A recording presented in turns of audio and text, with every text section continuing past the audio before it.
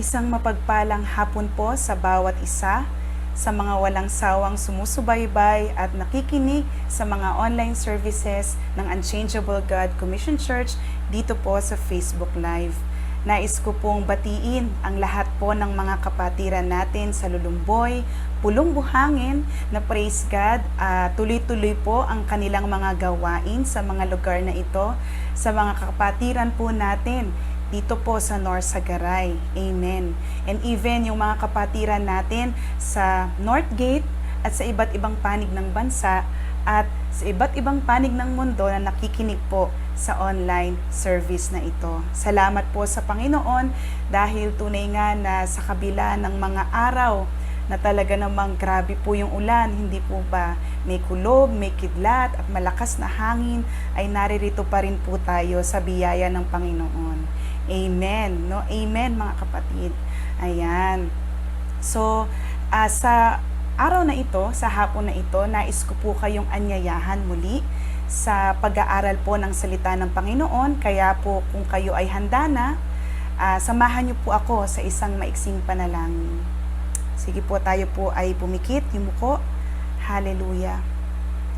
Panginoon, sa hapong ito, tunay nga o Diyos na dinadakila, pinupuri, at patuloy ka naming pinasasalamatan sa isang panibagong pagkakataon na kami po, Panginoon, ay tinipon mo, ginather mo, O God, sa gawaing ito upang muling makilala ka, matunghayan ang salita mo, at patuloy na maunawaan, Lord, ang kalooban mo po sa amin.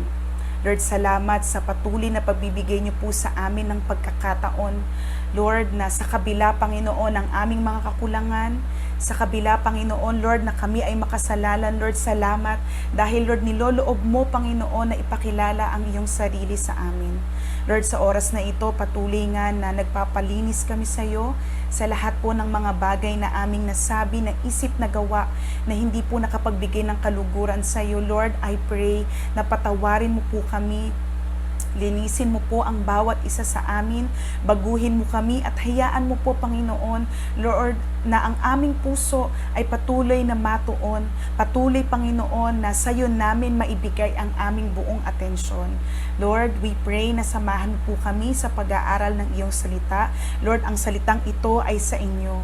And Lord, alam namin, Panginoon, na kung kami ay mananahan lamang sa aming mga sarili-sarili, Lord, wala kaming magagawa. For apart from you, Lord, hallelujah, we can do nothing. We are no one. We are nothing, Panginoon. Lord, hinihiling namin ang pagsama at pangunguna ng banal na Espiritu sa mga oras na ito. Lord, ibukas mo po ang aming mga mata, ang aming mga pandinig, ang aming mga puso, Panginoon. Tulungan mo po kami, O Diyos, na tunghayan at tanggapin ang mga salita mo. Huwag naming labanan, Panginoon, bagkus. Lord, magpasakop kami, Panginoon. At Lord, kung ito ay gagamitin mo para hubugin kami, turuan kami, Lord, paalalahanan kami, ituwid kami, Panginoon. Lord, let this be so.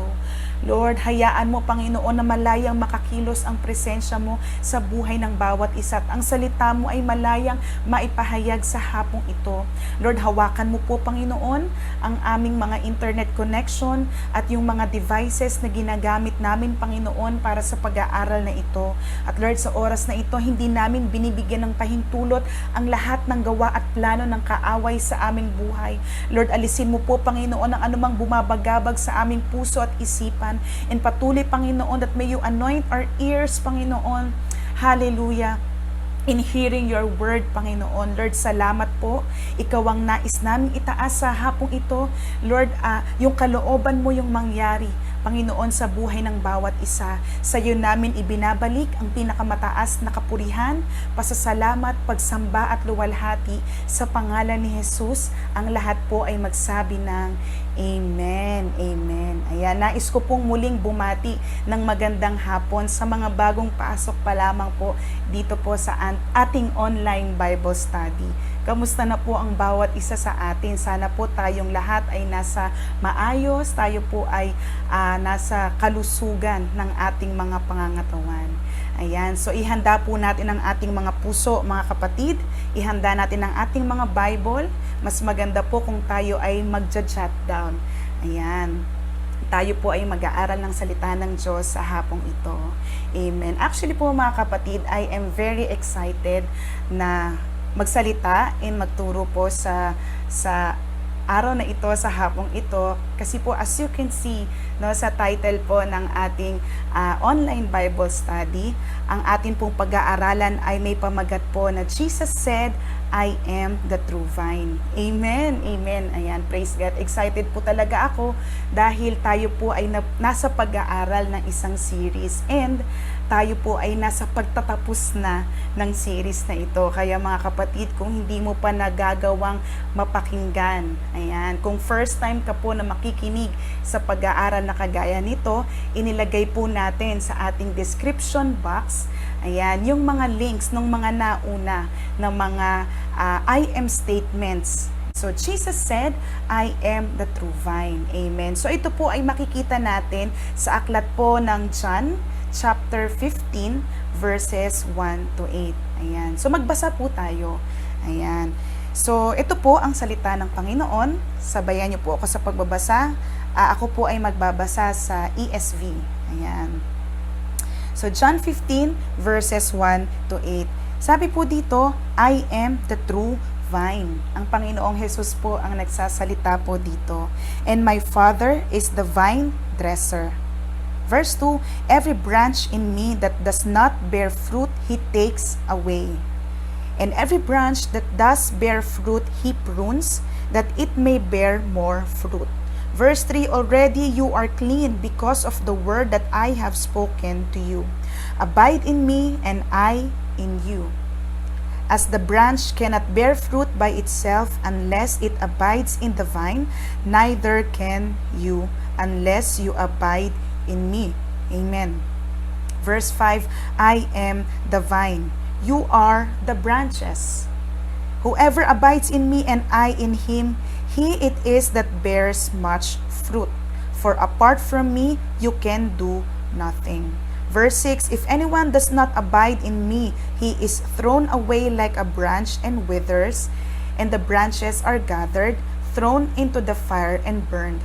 Verse 7, if you abide in me, and my words abide in you, ask whatever you wish, and it will be done for you.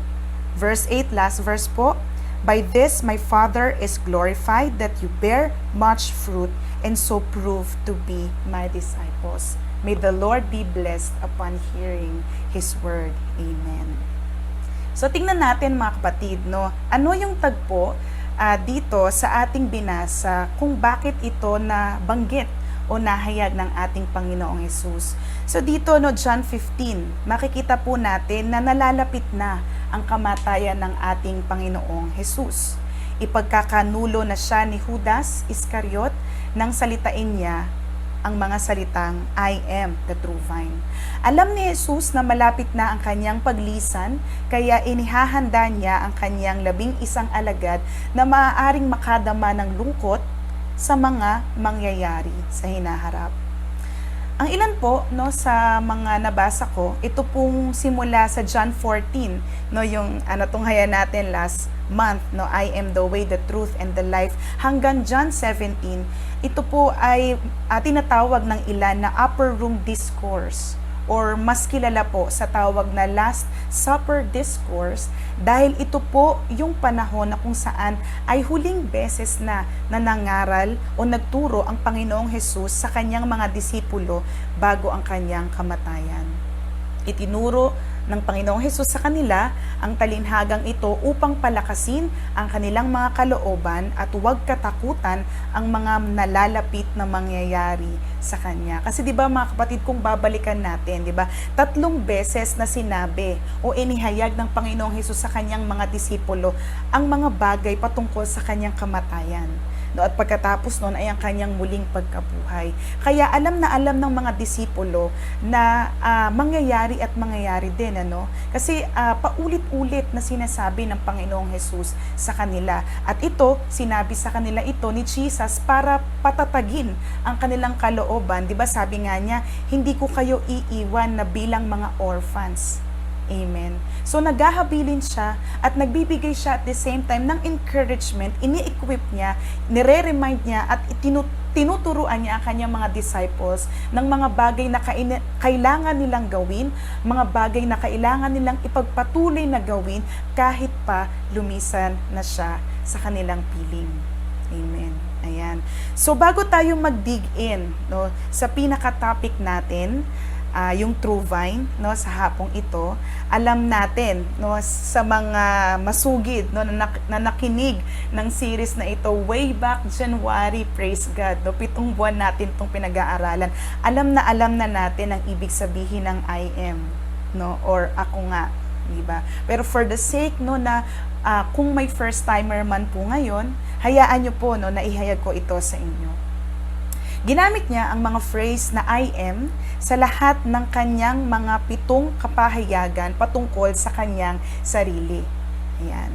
Ang I am po ay ang covenant or memorial name ng ating Panginoon na kanyang inihayag kay Moses or kay Moises sa pamamagitan ng nagliliyab na puno. Makikita po natin yan sa Exodus 3 verse 14. Sabi niya doon, I am who I am. Ako, I see, ako nga. Isang pagpapatunay ito na ipinahayag ni Jesus ang mga salitang I am na inaangkin niya, kiniklaim niya, inaari niyang siya ay Diyos. Amen. Ang I am po ay aseity, ang ibig sabihin, or self-sufficient existence. Isang attribute o isang katangian po na tanging ang Diyos lamang po ang mayroon. Amen. Ikinabit niya ang mga salitang I am sa mga metaphors or mga talinhaga na nagpapahayag na ang pakikipag-ugnayan sa Kanya ang magliligtas sa atin, sa sanlibutan, o yung Kanyang saving relationship sa mundo, sa world. Ang I am po ay tumutukoy sa Kanyang unique identity and purpose bilang isang divine. Sa Kanyang pagpapahayag na siya o sa kanyang pagpapahayag ng mga salitang I am, sinasabi niyang siya ay Diyos, amen, He is God, the second person in the Godhead, amen, equal to the Father in every way, amen. At sa pahayag po niyang ito, sinasabi po ng ating Panginoong Hesus na siya ang tunay na puno ng ubas, or the true vine, na pinagmumulan ng buhay at siyang dahilan dahil siya ang nagbibigay ng bunga sa mga sangang nananatili sa Kanya. Amen. Sana malinaw na po sa atin ang ibig sabihin ng I am. Ayan. So tungo po tayo doon sa pinakamahalagang mga salita sa hapong ito, yung true vine o ang tunay na puno ng ubas. Mahaba po siya sa Tagalog. Yan, sabi diyan, Jesus is the true vine.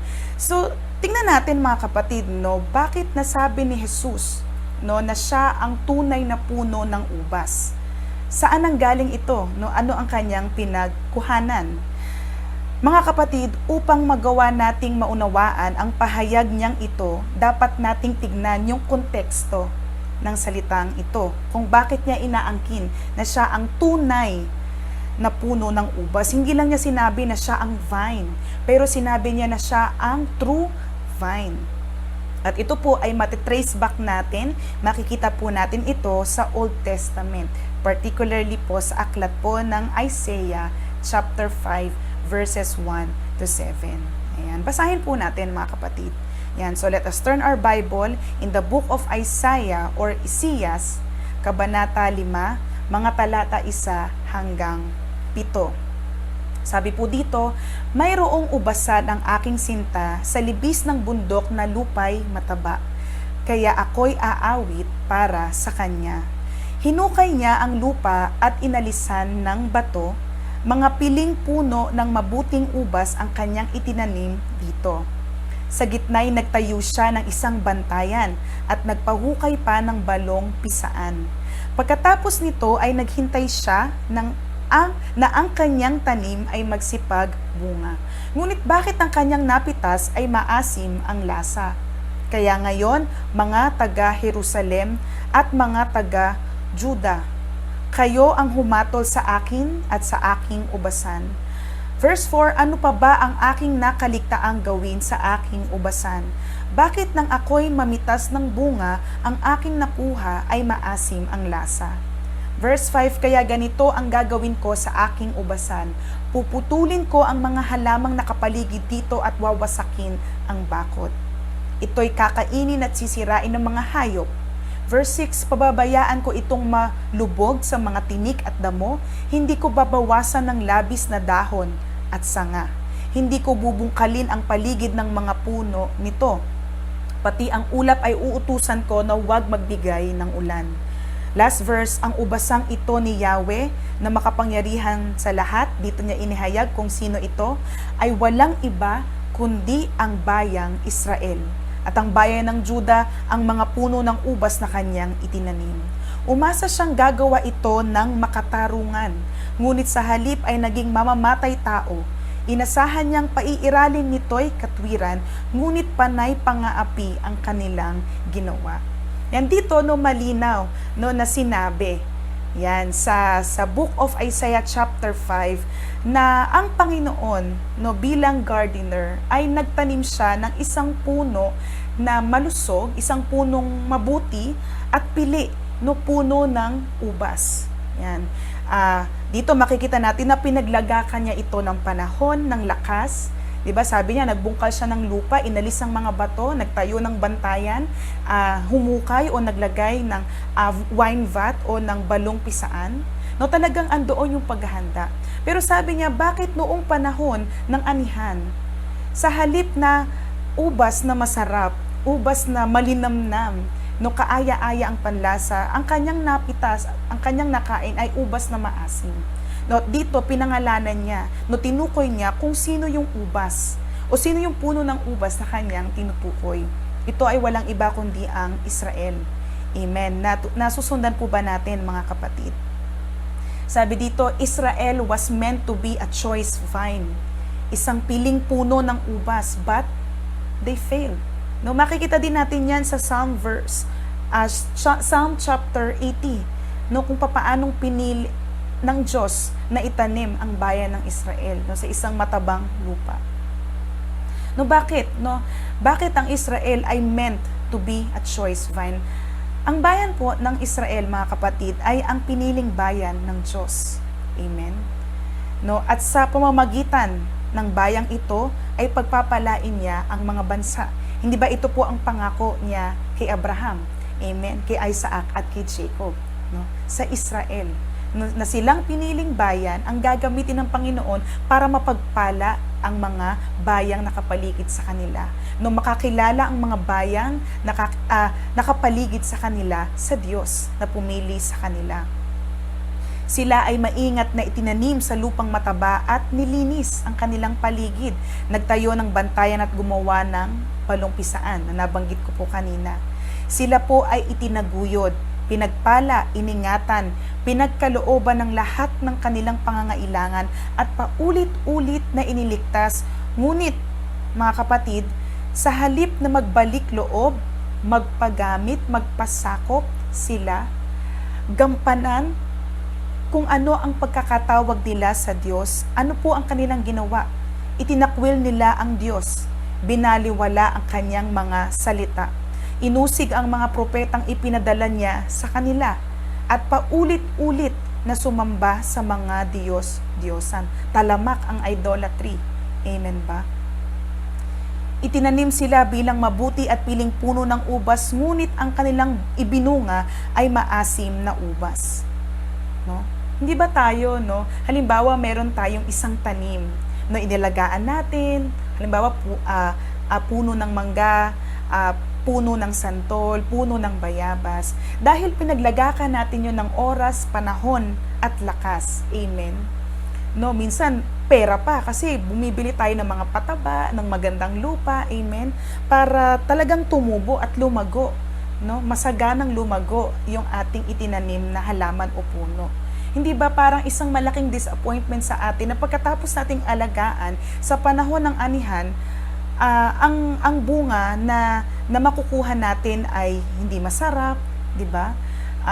Yung bang hindi mapapakinabangan at all. No, ito kasi yung gustong sabihin doon sa Isaiah chapter 5, no, verses 1 to 7. Nung nagbunga sila ng maasim na ubas, hindi naging kapaki-pakinabang. No? Ang maaari lamang gawin doon ay itapon. Amen? Ano po ang ibig sabihin nito? Nais po ng Diyos na sila ay mamuhay ng may katwiran, righteousness, no? Holy living, holy and pleasing to God. Pero sa halip po na yon ang kanilang gawin, sila ay sumunod sa Panginoon, ano po ang kanilang ginawa? Sila ay gumawa ng mga kalapastanganan sa Diyos. No, there is violence. Amen? No, mayroong pagkakanya-kanya, mayroong pagsuway at pagtalikod at pagtakwil sa Diyos. Israel was meant to be a choice vine, but they failed to become like it. Amen. So dito natin makikita kung bakit sinabi ni Jesus na siya ang true vine. Jesus came to become the true vine and He finished it.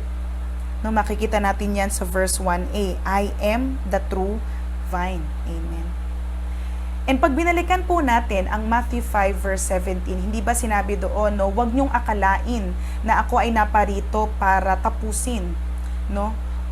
O para hindi bigyan, no, ng fulfillment o completion ang kautusan at ang prophets o propeta, ang law and prophets, no, sabi niya. No, I came here, ako ay naparito para tuparin sila. And pag binasa po natin yung book of Matthew, talagang yes, no, tinupad ng Panginoon ang lahat ng mga nakasaad na mga bagay patungkol sa Kanya. Kaya nga doon, mas bababasa natin, pag may mga bagay siyang ginawa, milagrong ginawa, nagpagaling siya, nangaral siya, no, o mga bagay na nangyayari patungkol kay Jesus, makikita natin dun sa mga bandang huli, no, nung chapter na yon or nung story na yon, na ito ay nangyari upang matupad ang isinasaad sa kautusan. No, Jesus carefully fulfilled, no, lahat ng mga bagay na nakalagay sa kautusan. Siya ang tumupad ng kalooban ng Diyos na hindi nagawang gampanan ng bayan ng Israel. No, siya ang naging mabuting puno ng ubas. Jesus lived a perfect life, holy and pleasing in God's sight, no? Na as if, no, sinasabi niya na I am the true Israel. Ako ang tunay na Israel, because Israel was meant to be or was to be the embodiment of the people of God, serving Him with faithfulness in faith.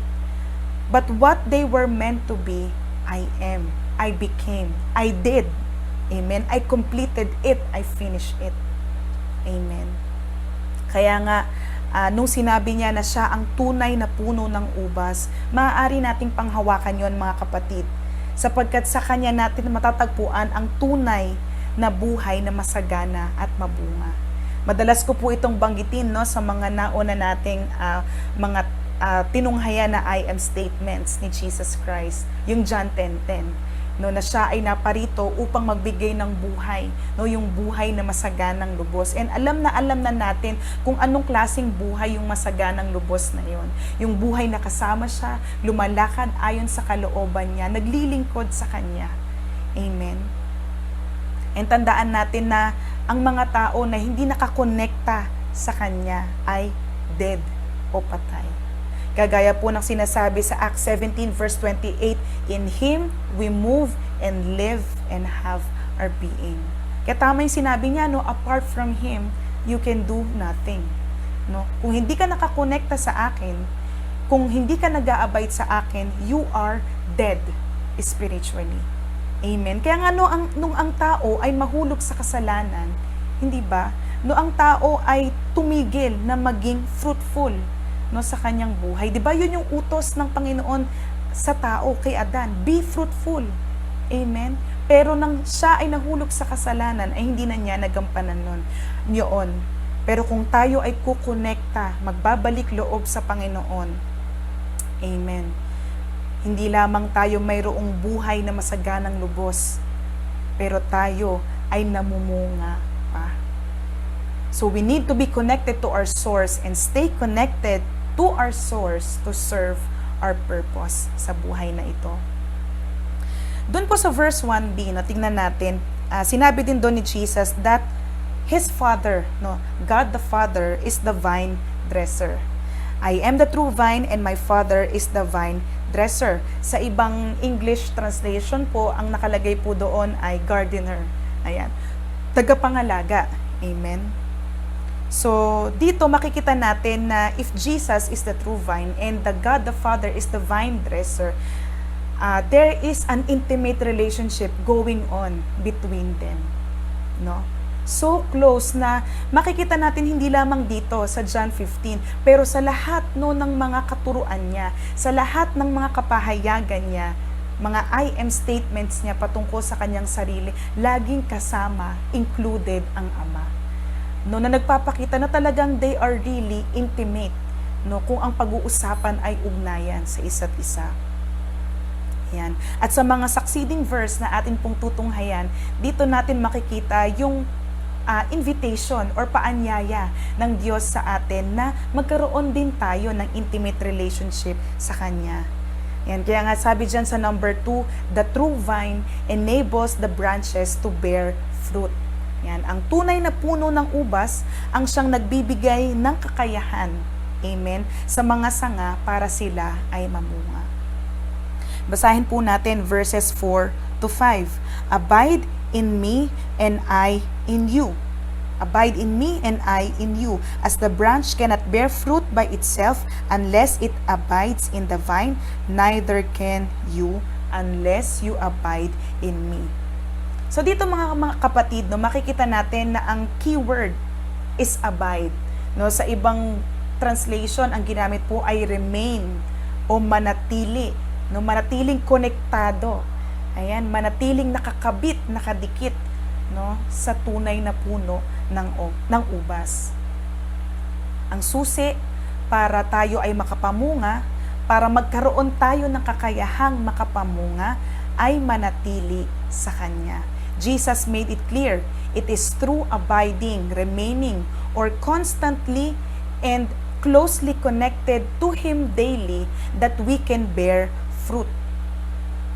We need to have a close relationship with Him so our lives will have meaning and purpose. Amen. Siya ang nagbibigay ng bunga sa mga sanga. Kailangan po maging malinaw yan sa atin mga kapatid. No? Apart from Him, hindi tayo mamumunga. Kailangan nakakonekta tayo sa Kanya dahil Siya yung nagbibigay ng pagkakataon, Siya yung nagbibigay ng kakayahan para ang mga sangang nakakabit sa Kanya ay mamunga. Tandaan natin mga kapatid, wala tayong magagawang anumang mahalagang bagay kung ang pag-uusapan ay mga bagay na espiritual o mga bagay na makalangit kung tayo ay hiwalay kay Kristo. Kasi apart from Him, we are not good. Tandaan natin yan mga kapatid. Tayo man ay mag-asam, no, na tumulong sa ibang tao, tayo man ay magtayo ng maraming mga foundation, maging mabait man tayo sa ating mga kapitbahay at mga kaibigan, maging masunurin man tayo sa ating mga magulang, mga kapatid, walang bearing yon kung wala ang Panginoon sa atin. Hindi mababago ng mga gawa ang buhay. Tanging si Kristo lamang. Kaya we need to abide in Him. Kailangan na hindi tayo nakahiwalay sa Kanya. Malinaw po ba yon mga kapatid? Hallelujah, hallelujah. Siya ang mabuting puno at likas na siya ay may mabuting bunga. Kaya naman kung sino siya ay dapat na maging gayon din tayo. Hindi ba ang ating goal? Amen. Kaya tayo patuloy na kumikilala, lumalapit at patuloy na dapat na mag-desire ng pagkakaroon ng ugnayan sa Kanya ay para maging katulad natin siya. Christ-likeness. Ano ba yung Christ-likeness, mga kapatid? Kung papaano siya nabuhay, ganun din tayo mamuhay. Kung papaano siya umibig, ganun din tayo umibig. Kung papaano siya naglingkod sa Diyos at sa tao, ay ganun din tayo. Christ-likeness. Hindi natin maa-attain yon mga kapatid kung wala tayo kay Christ. Kung tayo ay nakakabit sa Kanya, magbubunga tayo ng bunga. Magbe-bear fruit tayo at hindi lang basta-basta fruit. we will bear good fruit. Fruit. Amen. Kasi nga, good fruit, di ba sabi sa Matthew, will bear, a good tree will naturally bear good fruit. No, at ano po ba yung fruit na yun na tinutukoy na kailangan na magbunga sa atin? Yun po ay walang iba kung hindi ang bunga ng banal na Espiritu. Makikita po natin yan sa Galatians 5 verses 22 to 23. No, ano po ba? I mean, yung fruit, no, hindi siya fruits. No, ano po ba yung fruit of the Holy Spirit? Love, joy, peace, patience, kindness, goodness, faithfulness, gentleness, and self-control. Yan, no, siyam na bahagi ng bunga ng banal na Espiritu. At itong bunga na ito na nagmumula sa banal na Espiritu na kapag nangyari sa atin, nagmanifest sa atin, ipapakita nito kung sino tayo kay Kristo. Amen ba? At magagawa nating makapamuhay para sa Kanya upang ma-attain natin yung Christ likeness na maging katulad niya. When we are abiding in Him, we will bear much fruit. No, kapag patuloy tayong nananatili sa Kanya, patuloy siyang magbibigay sa atin ng kakayahan na mamunga tayo. This much fruit that we need to faithfully serve Him in every way possible. Tandaan natin that the more we abide in Him, the more fruit we bear. Amen. And the more we bear fruit, the more na tayo ay nagiging kawangis ni Kristo. The more na mapaparangalan ng Ama sa mga buhay natin. So the more we draw closer to Him, the more we are transformed from the inside. And the more we are transformed, the more the fruit of the Holy Spirit manifests in our lives. And nagiging kagamit-gamit tayo sa Kanya. No, hindi nasasayang ang ating mga bunga. Hindi nagiging maasim ang ating bunga. Amen ba? No, naalala ko nga noon mga kapatid, mayroon po kaming puno ng santol. Ayan, tinanim siya no, sa aming dirty kitchen sa labas. The first time no, na siya ay magbunga, talagang sobrang excited kami. Ayan, no, kasi talagang inalagaan naman namin yung puno, and talagang may mga malalaking bunga, may mga orange talaga na kulay yung santol na yon. And talagang sobrang excited kami. No, syempre yung expectation namin, matamis, no, talagang pwedeng pang merienda o pang snack. And then nung time na i-harvest na namin iyon, no, tinikman namin, na-disappoint kami. No, kasi nung pagtikim namin, yung santol maasim. Nasa sobrang asim, hindi na namin kayang ubusin yung binuksan namin na bunga. No, at yung mga santol na aming mga hinarvest o inani mula sa puno ay talagang hindi namin napakinabangan. No, hindi na serve ng bunga ng santol na yon yung purpose niya, no? Yun yung sinasabi kanina doon sa Isaiah chapter 5. Ayan. So we need to abide in Him so we can bear fruit. Not just fruit, but good fruit. Amen. Pangatlo, the vine dresser cuts off the fruitless branch from the true vine. So basahin po natin yung verses 2a and 6. Sabi po dyan, every branch in me that does not bear fruit, He takes away. Yan. Malinaw po na sinabi, no, ang mga sanga na hindi namumunga, ang mga sanga na hindi nagbubunga ay inaalis, no, ng tagapangalaga. Walang iba kundi ng Panginoon. Verse 6, sabi dyan, basahin din natin, if anyone does not abide in me, he is thrown away like a branch and withers, and the branches are gathered, thrown into the fire, and burned. So, basahin ko din po, no, sa Tagalog. Yan. Sabi dito, ang hindi nananatili sa akin, gaya ng sanga ay itinatapon at natutuyo. Ang ganoong mga sanga ay tinitipon, inihahagis sa apoy at nasusunog. Yan. Sabi po dito, those who don't abide in Him are not true branches. Hence, they don't bear fruit. No, and actually mga kapatid, ito ay isang warning no, sa ating lahat. Na sa mga tao na hindi pinipili o pinagpapasyahan na manatili sa Kanya, no, ang mga sangang yon ay pinuputol, no, tinatanggal, inaalis. No, basahin po natin yung Matthew 7 verses 16 to 20. Kasi mga kapatid, mahalaga yung bunga, no? No, kasi doon makikita kung sino tayo kay Kristo eh. No, at doon masusukat kung gaano na bago ang buhay natin.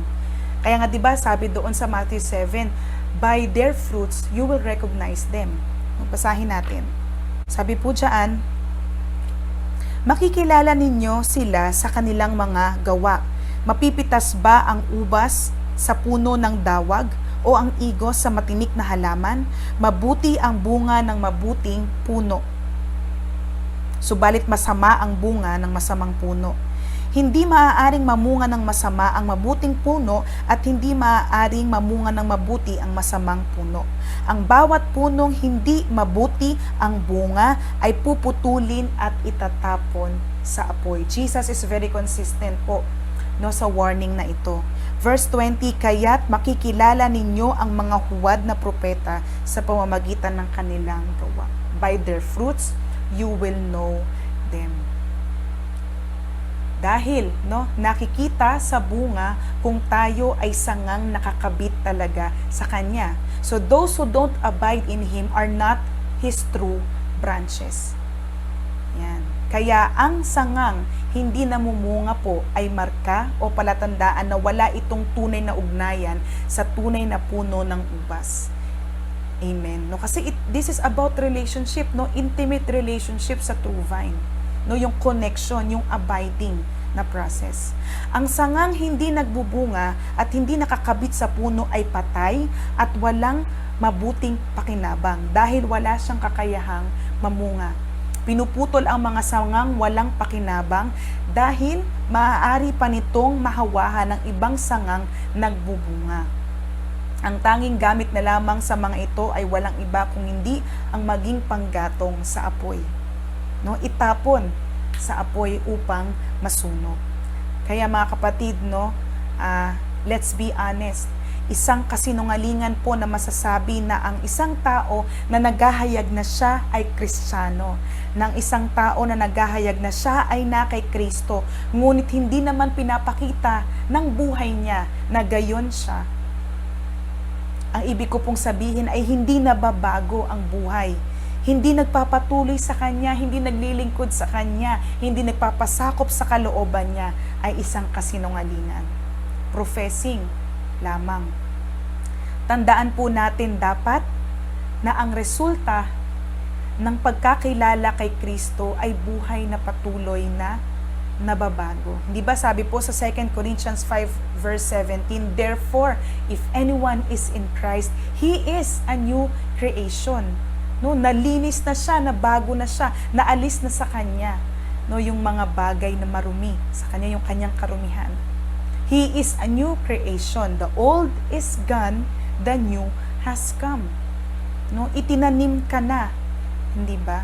Dapat po na ang tugon natin sa kaligtasang tinanggap natin sa Kanya ay ang ibigay ang buhay sa Kanya. Mga kapatid, hindi natin po pwedeng sabihin na tayo ay isang Kristiyano pero hindi naman dinadala ng buhay natin kung sino si Kristo. Hindi nakikita ng ibang tao si Kristo sa buhay natin at hindi napaparangalan ang Diyos sa mga bagay na ginagawa natin. Kaya sabihin mo mga kapatid, no, pwede niyo po bang ilagay dyan sa ating comment section, kung ikaw ay na kay Kristo, dapat ay nagbubunga ka. Amen? Kung na kay Kristo ka, dapat nagbubunga ka. No, at dapat ito ay maging malaking tanong sa atin, no, evaluation sa atin. Nagbubunga ba ako kay Kristo? Ako ba ay nakakabit pa sa Kanya? Ang mga taong hindi kinakikitaan ng bunga ay hindi tinawag, pinili o iniligtas. Ang mga huwad o fake na sangang ito, mga sangang hindi namumunga, ano pong ginagawa? Inaalis, tinatapon at sinusunog. So basahin naman po natin yung verses 21 to 23 ng Matthew 7. Hindi lahat ng tumatawag sa aking Panginoon, Panginoon ay papasok sa kaharian ng langit, kundi ang mga taong sumusunod sa kalooban ng aking Ama. No, ano ang kalooban niya? Mag-abide sa Kanya. Verse 22, sa araw ng paghuhukom, marami ang magsasabi sa akin, Panginoon, hindi po ba't sa inyong pangalan ay nangaral kami, nagpalayas ng mga demonyo at gumawa ng mga himala? Verse 23, ngunit sasabihin ko sa kanila, hindi ko kayo kilala. Lumayo kayo sa akin, kayong mga gumagawa ng kasamaan. Amen. Those who don't abide in Him are cut off from the true vine. Amen. Kaya kung hindi ka namumunga, amen, kung hindi tayo namumunga, tayo ay aalisin, no, mula sa Kanya. Kaya dapat tayo ay mag-abide. Patuloy at palagi ko itong sasabihin ngayon, mga kapatid, mag-abide. Kahit may problema, kahit mahirap, mag-abide. Number 4, the vine dresser prunes the fruitful branches. Basahin po natin yung verses 2 to 3. Sabi dyan, inaalis niya ang bawat sangang hindi nagbubunga at kanya namang pinuputulan at nililinis ang bawat sangang nagbubunga upang magbunga pa ng lalong sagana. Nalinis na kayo sa pamamagitan ng salitang sinabi ko sa inyo. Ayan. The vine dresser prunes the fruitful branches. Ang tagapangalaga ng tunay na puno, amen, ng ubas ang nagpuputol at naglilinis sa mga nagbubungang mga sanga. Ayan. So ito po ang reality. No, kapag ikaw ay mabunga sa Panginoon, there is pruning. Yan po ang reality, mga kapatid. Kaya huwag kang magtaka, no, kung ikaw ay sinasala, tinatabas ng Panginoon. Minsan binebreak ka ng Panginoon. Dahil yon po ay kailangan. Kailangan nating maputulan at malinis upang patuloy na mamunga para sa Diyos. No, kaway-kaway po yung mga plantito at plantita dyan. No, alam na alam nyo po ang ibig sabihin nito. No, kung kayo po ay mahilig magtanim ng mga halaman at puno. Gusto ko pong basahin itong Hebrews 12 verses 5 to 11.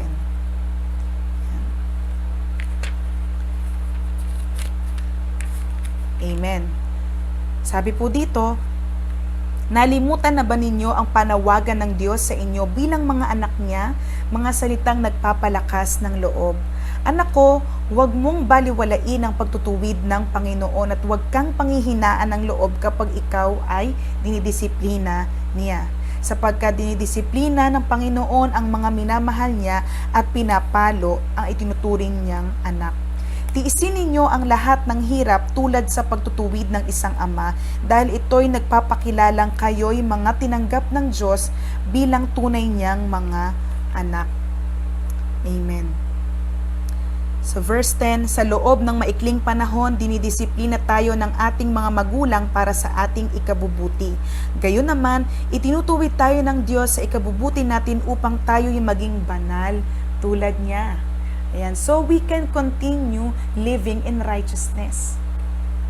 Verse 11, habang tayo'y itinutuwid, hindi tayo natutuwa kung hindi naghihinagpis. Ngunit pagkatapos niyon, mararanasan natin ang kapayapaang bunga ng pagsasanay sa matuwid na pamumuhay. Ang proseso po ng Panginoon ng paghuhubog at pagdidisiplina, ang proseso ng kanyang pruning sa atin ay hindi po madali.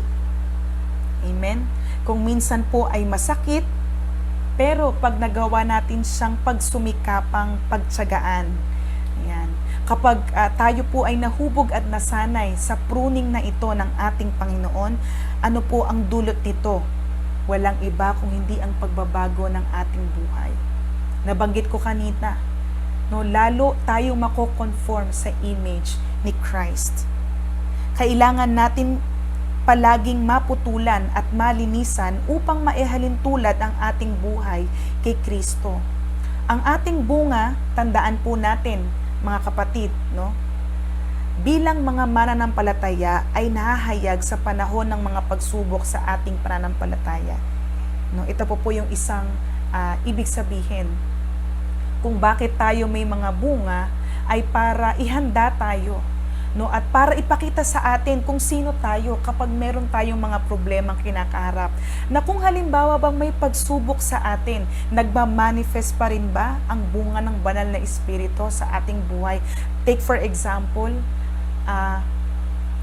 mayroong taong nakasakit sa atin, magagawa pa rin ba nating maging maibigin sa kanya o sa kanila? Kung merong bang kaguluhan sa ating mundo, amen, merong kahirapan, mananatili pa rin ba yung joy o yung kagalakan sa atin, yung tinatawag na joy in the midst of suffering? Amen. Kung hindi ba natin makita yung resulta ng mga panalangin natin sa Panginoon, magpapatuloy ba tayo? Meron pa rin ba tayong patience bilang mga Kristiyano? Kung dumarating yung mga tukso sa ating buhay, mayroon ba tayong self-control para hindi mag-give in sa mga temptations na yon? Pag nasusubok yung ating kakayahan na magtimpi, diba?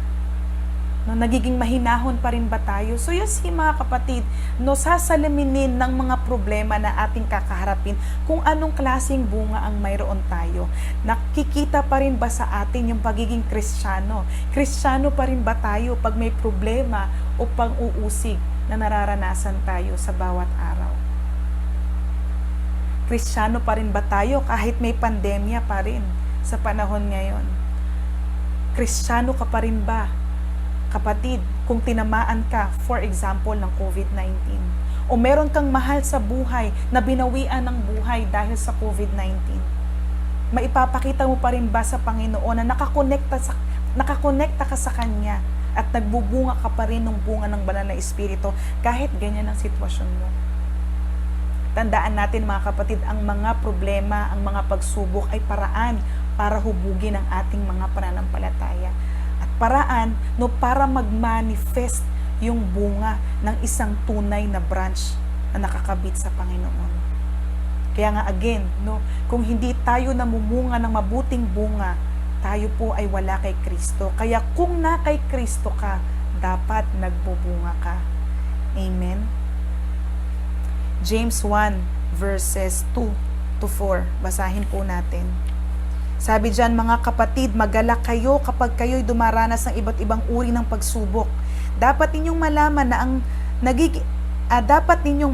na nagiging matatag ang inyong pananampalataya sa pamamagitan ng mga pagsubok. At dapat kayong magpakatatag hanggang wakas upang kayo'y maging ganap at walang pagkukulang. Amen ba? Masakit ang disiplina ng Panginoon. No, masakit, 'di ba? Pag dinidisiplina tayo ng ating mga magulang.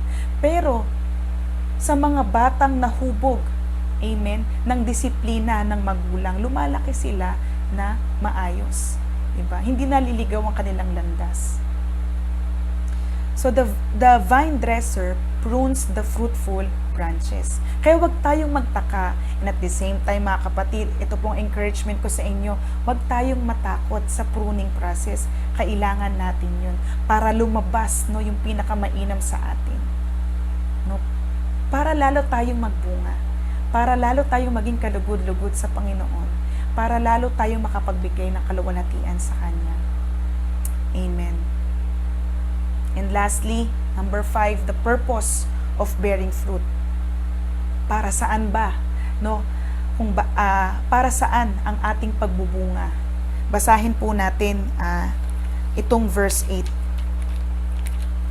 Sabi diyan, napaparangalan ng aking Ama kung kayo'y masaganang nagbubunga at sa gayon kayo'y magiging mga alagad ko. Dalawang bagay, no? Dalawang dahilan o dalawang layunin kung bakit natin kailangang mamunga.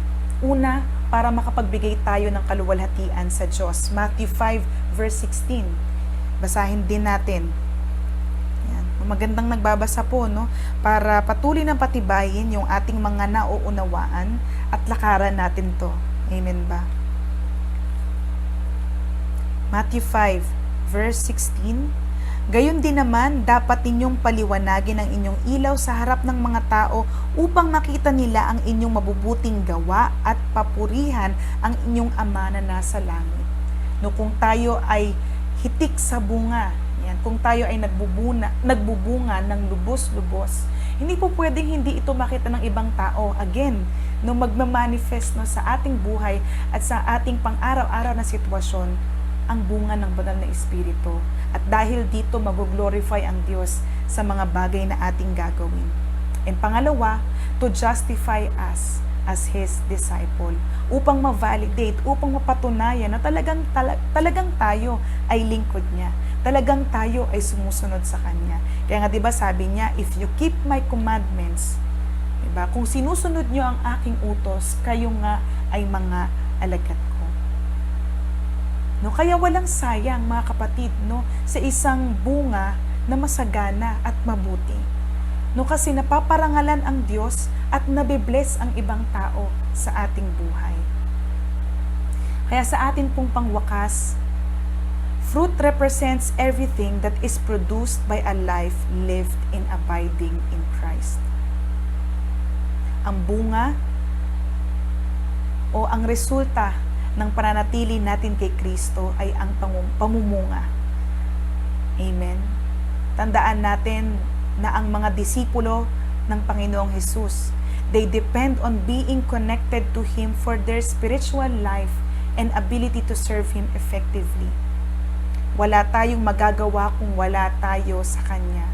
No, personally, no, ito po ang lagi kong panalangin sa Panginoon. Lord, maaari akong magsalita, maaari akong maghayag ng salita mo, pero ito ay walang kabuluhan kung wala ako sa inyo.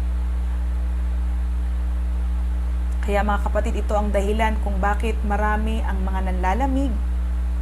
And sad to say, no, kung minsan nawawala, no, nasa pananampalataya sa Panginoon. Tandaan po natin na kung paanong ang isang kandilang walang apoy ay walang silbi. Ang buhay na wala si Kristo ay walang silbi din. Hindi natin maaaring magampanan ang pagiging ilaw ng sanlibutan kung wala sa atin ang ilaw mismo, ang tunay na ilaw. Apart from Christ, we can do nothing. Because apart from Christ, we are nothing. We are no one. Apart from Christ, we can do nothing good. Amen. Amen.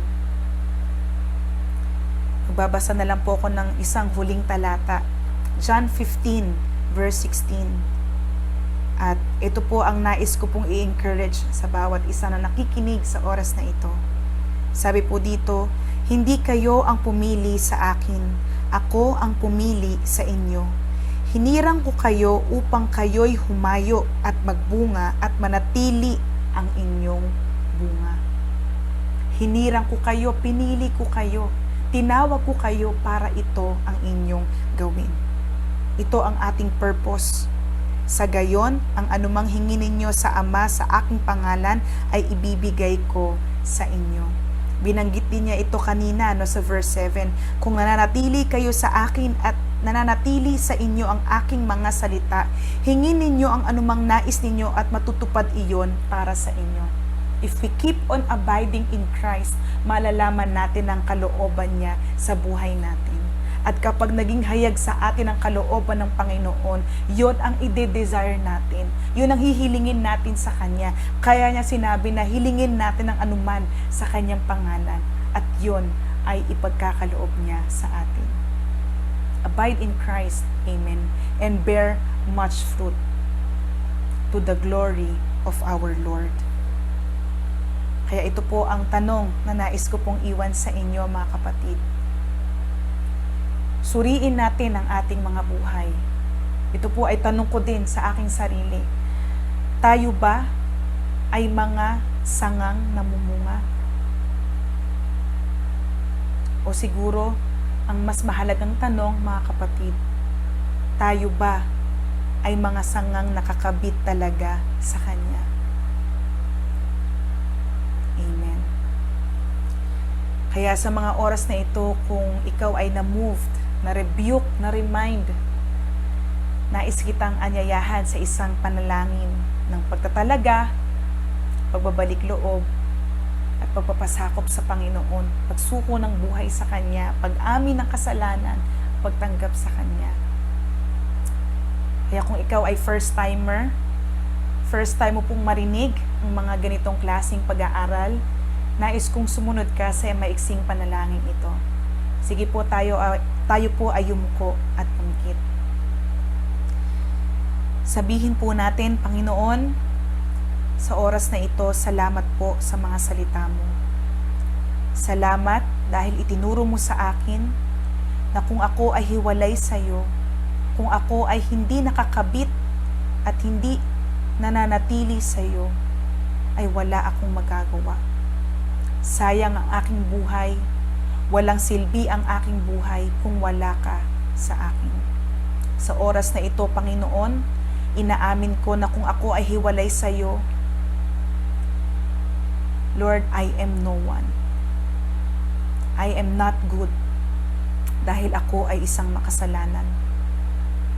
Lord, inaamin ko na ako ay isang makasalanan. At Lord, inihingi ko po ng tawad ang lahat ng mga kasalanang nagawa ko na hindi nakapagbigay ng kaluguran sa iyo. Sa oras na ito, Panginoon, tinatanggap kita bilang aking Panginoon at sariling tagapagligtas. Pumasok ka po sa aking buhay. Isulat mo po ang aking pangalan sa aklat ng buhay doon sa langit. Tulungan mo po akong mamuhay ayon sa nais mo. Tulungan mo po akong sumunod ayon sa kalooban mo. Salamat, Panginoon. Ito po ang aking panalangin sa pangalan ni Jesus. Amen. Praise God. Praise God. Sige po, tayo po ay magwakas muli sa isang panalangin. Hallelujah, hallelujah. Tunay nga, O Diyos, na pinupuri, pinasasalamatan at tinadakila ka namin sa mga oras na ito. Salamat sa salita mo na nagbibigay ng buhay, na nagpapaalala, naguhubog, nagtuturo, nagtutuwid sa amin, Panginoon. Lord, salamat dahil ipinaalala mo sa amin, Panginoon, na may bagay kang nais na mangyari sa aming buhay. Nais mo, Panginoon, na magbalik loob kami sa iyo. Nais mo, Panginoon, na kumabit kami sa iyo. Nais mo, Panginoon, Lord, na magkaroon kami ng malalim na kaugnayan sa iyo. Lord, inaamin namin, Lord, na kapag wala ka sa aming buhay, walang saysay ang buhay. Kapag hindi ka kumikilos, kapag hindi kami nakikipag-isa sa iyo, pag wala kaming fellowship sa iyo, Panginoon, Lord, walang silbi ang buhay, walang direksyon ang buhay, walang layunin ang buhay. Lord, salamat. And Lord, I pray na patuloy na ituwid mo ang aming mga puso. Lord, kung meron mang pagmamataas, Lord, kung mayroon mang bahagi sa aming puso, Panginoon, Lord, na pilit na nagtitiwala sa aming sariling kakayahan. Pilit, Panginoon, na nagiging independent, Panginoon, sa iyo. Pero Lord, nais, Panginoon, na maging disipulo mo. Lord, alisin mo po ito sa amin. Alisin mo po sa amin, Panginoon, ang kaisipan, Lord, na pagiging independent sa iyo. Pero Lord, tulungan mo po kami, Panginoon, Lord, na ang aming buhay, Lord, ay palagi na naka-anchor, Lord, sa iyo, sa katotohanan mo, sa salita mo, sa kalooban mo sa aming buhay. Lord, at bilang mga sanga na nakakabit sa iyo, na nananatili sa iyo, Panginoon, tulungan mo po kaming mamunga. Lord, tulungan mo po kami, Panginoon, na mamuhay, Panginoon, Lord, na sumusunod sa iyo, nagpapasakop sa iyo, nagpapagamit sa iyo, naglilingkod sa iyo, Panginoon. Lord, wag naming sayangin, Lord, yung kaligtasang tinanggap namin sa iyo. Wag naming sayangin yung pagkakataon, Lord, na nagpapakilala ka sa amin. Huwag naming sayangin, Lord, yung pagkakataon, Lord, na maggamit yung buhay namin para sa iyo. Lord, ang paglilingkod ay isang pribilehiyo. Ang pagsunod, ang pagiging alagad mo, Panginoon, ay isang pribilehiyo.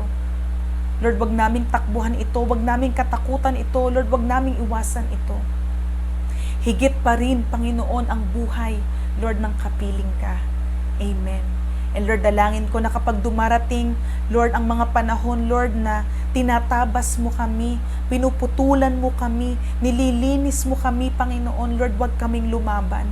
Kapag kinokorek mo po kami ng salita namin, kapag may mga sitwasyon kang pinapahintulot sa buhay namin, pag may mga tao kang inilalayo sa buhay namin, Lord, kapag may mga panalangin kami, Panginoon, Lord, na hindi mo, Lord, tinutugunan, Lord, na pinahihindian mo, Lord, huwag kaming lumayo sa'yo.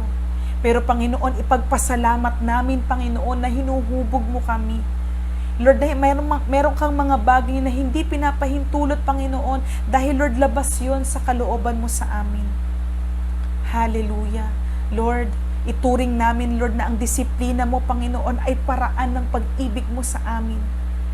Paraan, Panginoon, Lord, dahil, Lord, inaalagaan mo kami. Itinataguyod mo po kami. Lord, salamat sa mga kapatid ko na nakasama ko sa pag-aaral na ito.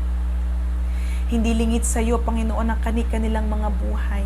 And dalangin ko na patuloy kang mangusap sa kanila, patuloy kang manguna sa kanila, patuloy kang magpakahayag sa kanila, patuloy mong hubugin ang buhay nila, patalasin ang mga isip nila, Lord, baguhin ang mga kalooban nila. Lord, para makasunod sa iyo. Hallelujah. Lord, at patuloy, Panginoon, Lord, na asamin, O God, na ang kanilang buhay ay mahalin tulad na kagaya sa iyo. Christ-likeness. Oh, hallelujah. Lord, katagpuin mo po sila sa mga oras na ito.